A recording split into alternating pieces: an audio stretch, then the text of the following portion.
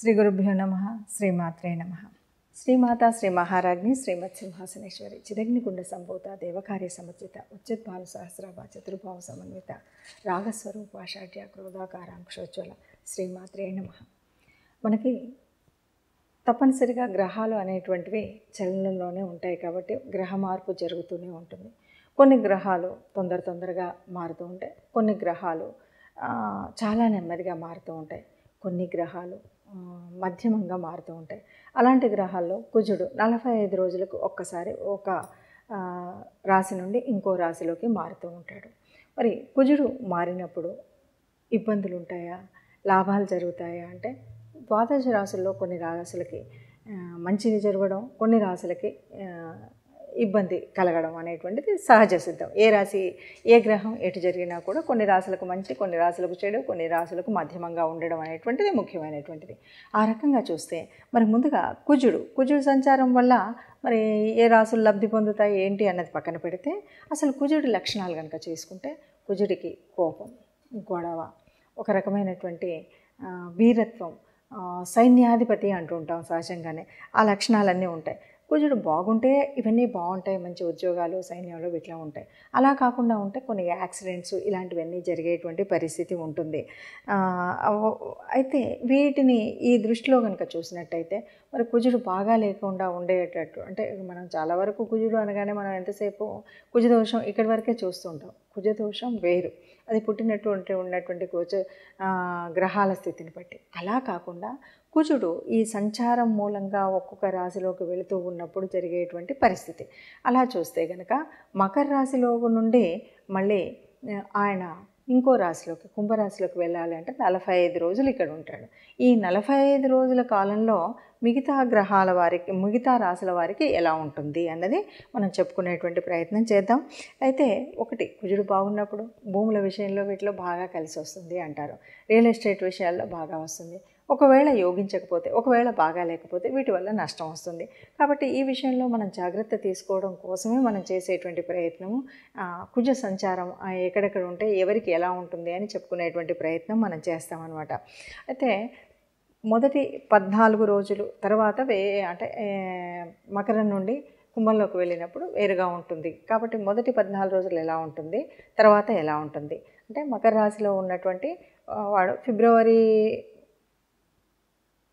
కనుక చూస్తే మొదటి 14 రోజుల తర్వాత 15వ తారీఖు అప్పటి వరకు కుజుడితో పాటు ఉన్నటువంటి రవిగ్రహము కుంభంలోకి వెళుతుంది. అలా రవిగ్రహం కుంభంలోకి వెళ్ళేసరికి కుజుడు తన యొక్క శక్తిని అంతా కూడా ప్రదర్శించగలుగుతాడు. రవితో ఉన్నప్పుడు ఆ ప్రదర్శన ఉండదు కాబట్టి తన యొక్క స్వయం ప్రతిపత్తిని ప్రయోగించగలిగే శక్తి ఉండేటువంటి స్థితి మనకు కనిపిస్తుంది. కాబట్టి కుజగ్రహం ఈ 45 రోజుల వల్ల మిగతా ద్వాదశ రాశుల వారికి ఎలా ఉంటుందో చూద్దాం. ఇక కన్యారాశి వారి గురించి చూస్తే కనుక కన్యారాశికి పంచమంలో ఉన్నాడు కుజుడు ఒకటే కాకుండా మిగతా గ్రహాలు కూడా ఉండడం వల్ల లాభమా నష్టమా అంటే లాభం నష్టంతో కూడినటువంటిది అంటారు. లాభంతో కూడిన నష్టం ఏంటి అంటే పంచమం సంతానానికి సంపాదించింది. సంతానానికి సంబంధించినటువంటి దాంట్లో నష్టం ఏంటి అంటే డబ్బు నష్టం. లాభం ఏంటి అంటే సంతానానికి మంచి ఒక చదువు కోసం మనం కొంత డబ్బును నష్టపోవడం కాదు, ఖర్చు పెట్టవలసిన పరిస్థితి వస్తుంది. సంతానం వివాహం కోసం కానీ, సంతానపు చదువు కోసం కానీ, సంతానపు ఆరోగ్యం కోసం కానీ ఈ పని చేయవలసి వస్తుంది. దీనివల్ల లాభమా నష్టమా అంటే మనం లాభమనే చెప్పాలి. కొద్దిగా వచ్చిన డబ్బునంతా అక్కడ పెట్టినప్పటికీ కూడా సంతానానికి లాభం చేకూర్చే విధంగా ఉంటుంది ఈ పెట్టేటువంటి ఖర్చు. కాబట్టి కన్యారాశి వారికి బాగుంటుంది.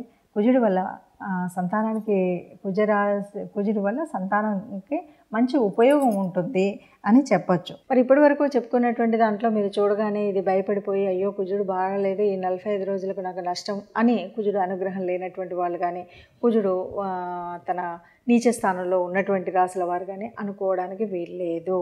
ఎందుకు అంటే మనకి ఇది గోచార రీత్యా మాత్రమే మనం చెప్పుకునేటువంటి పరిస్థితి.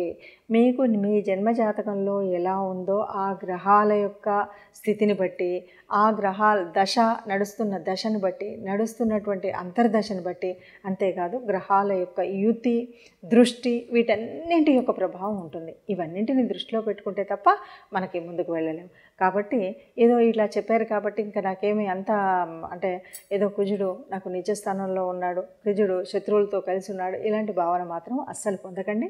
ఇదంతా కూడా కేవలం 30-40% గోచార రీత్యా ఉండేటువంటి ఫలితం ఉంటుంది. ఈ 30-40% ఉన్నప్పుడు మరి ఎందుకు చెప్పుకోవాలి అని అనకండి.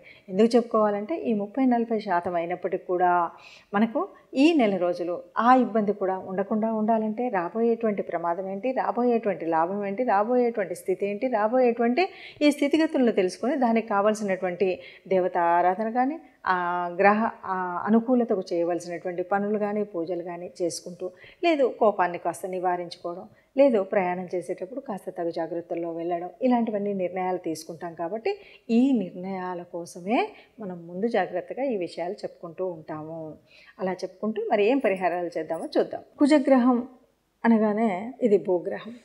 ముఖ్యంగా కుజగ్రహ దోషాలు ఉన్నప్పుడు మనం మంగళవారాలు పూజ చేయడము, అలాగే కుజుడికి అధిపతి అయినటువంటి వాడు మరి సుబ్రహ్మణ్య స్వామిని ఆరాధించడం, ఇవి చేస్తాం. గ్రహాలు అంటే కుజుడు మనకు యోగించకపోని ఈ 45 రోజుల కాలం కనుక మనం సుబ్రహ్మణ్య స్వామి ఆరాధన చేసిన, ఏదైనా సరే ఎవరికైనా దానం ధర్మం చేసేటప్పుడు కందిపప్పు ఇలాంటివి దానం చేసినా, ఎర్రటి వస్త్రాలు దానం చేసినా మనకు అనుకున్నటువంటి ఫలితం ఉంటుంది.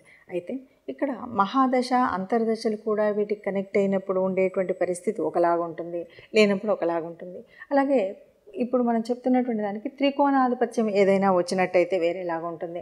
అంటే 159 లాట్స్లో కనుక కుజుడు ఉన్నప్పుడు మంచి చేస్తాడు. ఆ మంచి చేసేటువంటి పరిస్థితి వేరేలాగా ఉంటుంది. ఈ మంచి చేసినప్పుడు కుజుడు అనగానే భూమికి సంబంధించినటువంటి వాడు మంచి అంటే ఏదైనా డిసిప్లిన్కి సంబంధించినటువంటి కొన్ని ఉద్యోగాలు ఉంటాయి, అంటే రక్షణ విభాగానికి సంబంధించినటువంటి ఇటువంటి వాటిలో ఉన్నటువంటి వాటిలో ఎప్పటికే ఉన్నట్టయితే మంచి ఉపయోగాలు ఉంటాయి, మంచి వృద్ధి ఉంటుంది.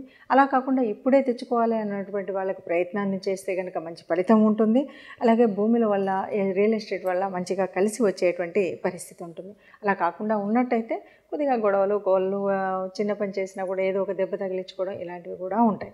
కాబట్టి ఇక్కడ మనం చేయవలసినటువంటిది ఏమిటి అంటే ఇప్పటి వరకు విన్నటువంటి దాని మూలంగా మనకు అనుకూలించేటువంటి గ్రహం అయినా కాకుండా తప్పనిసరిగా గ్రహ అనుగ్రహం పొందాలి. కాబట్టి కుజ ఆరాధన ప్రతి మంగళవారం తప్పనిసరిగా సుబ్రహ్మణ్య స్వామిని ఆరాధించడం, అలాగే మనకు తోచినంత వీలైనంత ఏదైనా పేదవాళ్ళకి దానం చేయడం అనేటువంటిది, ముఖ్యంగా కందిపంపుకు సంబంధించినటువంటిది.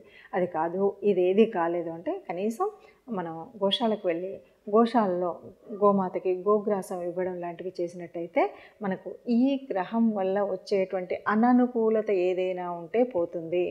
శుభంగా అనుకూలత వల్ల వచ్చేటువంటి శుభ ఫలితాలు మాత్రమే వస్తాయి. ఇది దృష్టిలో పెట్టుకొని అందరం కూడా ఈ కుజ అనుగ్రహం పొందడం కోసం ప్రయత్నం చేద్దాం. నమస్తే.